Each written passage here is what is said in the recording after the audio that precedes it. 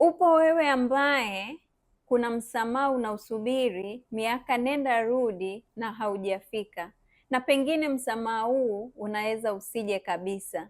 Kuna mtu unamtarajia alikufanyia jambo fulani, atakuja atakuomba msamaha na pengine utakuwa huru tena. Anaweza akawa ni mzazi wako, kuna vitu alifanya ama hakufanya. Anaweza akawa mwenza wako, rafiki yako, walifanya mambo ambayo yalikufanya ukahisi kusalitiwa, ukawa na machungu, hasira, na pengine unahisi hata uko hivyo ulivyo leo kwa sababu yale yaliyotokea, na unatarajia japo watasema msamaha.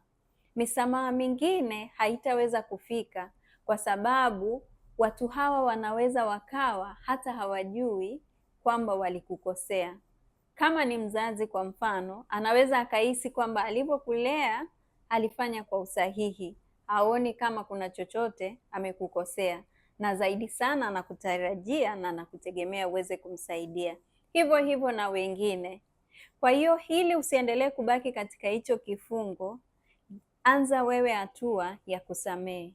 Anza kujisamehe wewe mwenyewe, kusamehe hao watu, aidha kwa kuzungumza nao kama kwako ni salama, lakini kama haipo salama, tangaza msamaha kwao na jisamehe na uweze kusonga mbele. Usiendelee kubaki katika hicho kifungo.